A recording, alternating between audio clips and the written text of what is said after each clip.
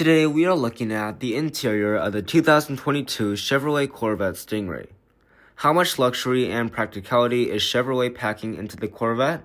Let's go ahead and find out. You'll be looking at the exterior a lot because the Corvette is a very stylish vehicle, but the interior is also very important because this is where you'll spend a lot of your time.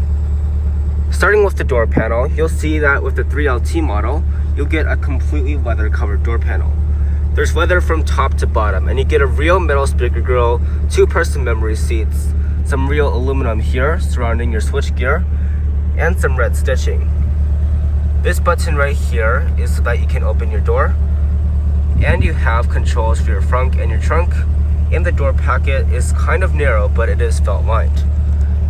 There is a Stingray door sill right here, and your seats are standard GT2 bucket seats on the 3LT model. You have red contrast stitching, carbon fiber, a Corvette logo in the headrest, and these are 12-way power adjusting. It is so good to finally be on the inside of the Chevrolet Corvettes. There is a lot to talk about here, so let's get right into it. The steering wheel is going to be nicely leather wrapped, and you have red contrast stitching all over the place and a red marker at the top. The Corvette logo will be in the center, and this is the only Chevrolet product to have a leather-covered airbag cover. This steering wheel is heated and power adjusting, and one other nice touch is that you get real metal paddles. The gauge cluster is completely digital, and I think it looks really nice in this. There are some nice touches like a performance timer to time your 0 to 60, and I really like the red accents on the sides, the top, and the bottom. All of the customization can be controlled with the right side of the steering wheel. Materials in the Corvette are going to be right out of a Cadillac. There's real leather on the dash with red contrast stitching, leather red through the center console, flat black on all of your buttons, and you'll have real aluminum right through here. Storage is not bad for a sports car. Under here are 2 cup holders, and they fit some pretty good sized drinks. There's a door pocket down here, and it can fit a few things, but not a lot. And when you open up the center console, there's going to be a nice felt-lined area with 2 USB ports. Right behind you is a wireless phone charger. All of your climate controls will be located in this row right here. And you're going to have to find out once you get this car which is for the driver's side and which is for the passenger side. The Corvette has dual zone, and every model will have heated and ventilated seats. If you don't want to go through all the hassle of looking through this big row to find all of your climate controls, you can use the infotainment system, which could be easier for some individuals. The Corvette is still using GM's old infotainment system. You still get some nice things like built-in navigation, a built-in Wi-Fi hotspot, a 14-speaker Bose sound system, wireless Apple CarPlay, and Android Auto. I'm telling you guys, this Bose sound system is really incredible. There is nothing wrong with this infotainment system, and I would be completely happy with this, so no rush GM to change this to the latest software. There are some more things to talk about in the center area. Look at the middle button right here. This is to raise up the front of the car up to 2 inches. This will happen in a matter of 3 seconds because a lot of supercar or sports car owners have trouble going to certain places because they don't want to scrape the front end of their car.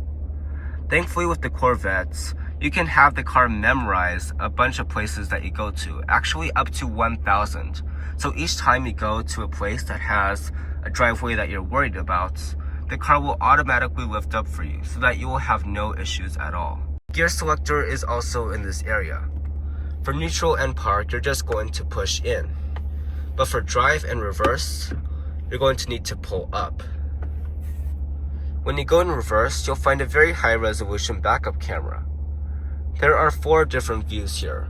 A normal back view, a wide back view, a front down view, and a multi-angle front view so that you don't scrape any curbs.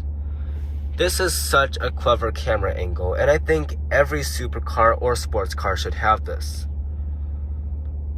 I think this is the best for reverse, and as you can see, when I start backing up, it will alert me. Not all sports cars or supercars do that, so I am thankful that they do this in the Corvette. Taking a look up top here, you'll find a digital rear view mirror. Also, the hazard lights are up here, and the dome lights are on either side of the rear view mirror. Interestingly enough, this is not a convertible, but you can still take off the roof in the coupe version. Let me show you how to do that. You're going to need to put down the visor on both sides. You'll find these latches right here. You're just going to unlatch each one. Not that hard. And for the back one, you're going to push in on this part. Now let's see what kind of features are on the other side of the Corvette. The door panel is going to be the same as the driver's side, so it's basically going to be wrapped in leather from top to bottom. There's a real metal speaker grille, some aluminum trim, 2-person memory seats, and storage at the bottom. There are Stingray branded door sills, and you'll find the same GT2 bucket seats on the passenger side. They have red contrast stitching, a carbon fiber insert, heating, ventilation, and 12-way power adjusting. Inside the Corvette, you'll find this button to open up the glove box, which is surprisingly large. It also has a belt lining. Now let's talk about the cargo area and see what kind of practicality the Corvette has to offer. To open up the trunk, there is going to be a button on the key fob, or you can reach under the letters ET in Corvette. When you do open up the trunk, you'll find 12.6 cubic feet of space. Obviously, they did have to separate it a lot from the engine, so that is going to impede on the space a little bit, but this is very impressive for a mid-engine sports car. Now, obviously, this is going to be different on the convertible model, but this is a very good amount of space for being a mid-engine sports car. The trunk is designed to store the roof in here, and to close it up, you aren't going to need to slam it because you just bring it really close and the car will soft close it for you. We are not quite done with the cargo area just yet. Because the Corvette is a mid-engine sports car, you're still going to have a frunk. If you look underneath the left headlight, you're going to find a little pad that you can press, and that will open the frunk right up. There is so much space inside the frunk of the Corvette, and you can even get an optional cargo net, all-weather floor liner, and an organizer. This is also one of the clear advantages that the Corvette Z06 has over other supercars. It has a lot more space, and it's way more practical.